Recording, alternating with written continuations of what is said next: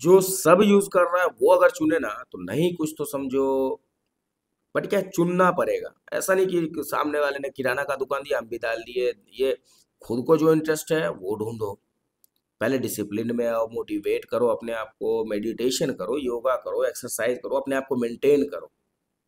उसके बाद थोड़ा टीम के साथ अट्रैक्ट करो, उससे समझो कि उनको प्रॉब्लम क्या आ रही है, क्या बेनिफिट है, क्या कस्टमर मांग रहा है, क्या उनको चाहिए कि कस्टमर उसके साथ जुड़े।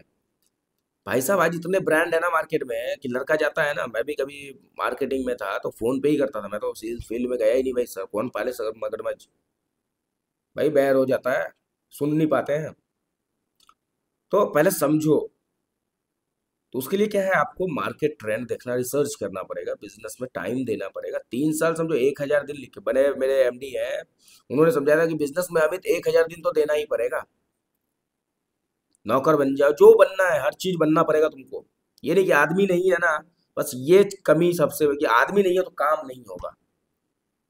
भाई मैंने आज बहुतों को देखा है कि 10-10, 20-20 लाख का गोदाम रखे हैं। आदमी है तो मस्त सेल हो रहा, आदमी चले गए तो बस खत्म कहानी।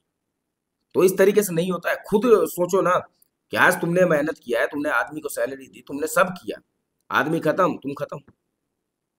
तो इसके लिए बैक एंड तैयारी ये होता है कि तुम खुद अगर हाँ फील्ड में नहीं पहुंच सकते हो तो जहां भेज रहे हो वो नॉलेज होना जरूरी है। प्लान, आइडियाज, ये सब तुम जनरेट करके टीम को दो, ना कि टीम तुमको देने लगे। तो फिर तो तुम टीम के अकॉर्डिंग हो गए ना यार।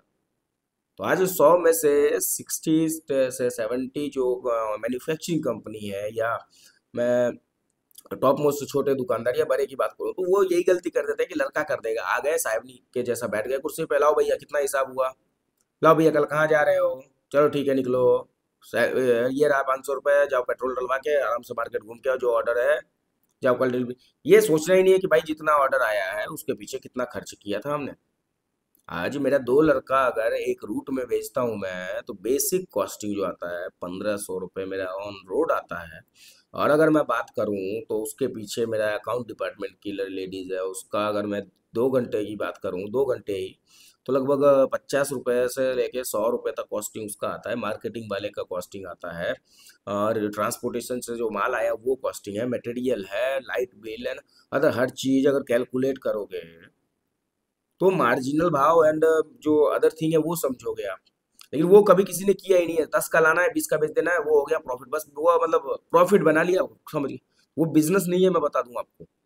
हम सब आज 90 और 95 की बात करूं तो सोच रहे हैं कि हम टॉप मोस्ट लेवल दी बिजनेस कर रहे हैं। बिजनेस नहीं है वो, सेल्फ एम्प्लॉयमेंट है, बस कि घर चलाने के लिए 5 रुपए का चीज साथ में बेच दिया, 2 रुपए प्रॉफिट हो गया। वो कहते हैं ना, स्टेशन पे ले लो चिप्स, ले लो चिप्स, ले लो, वो कर रहे हैं।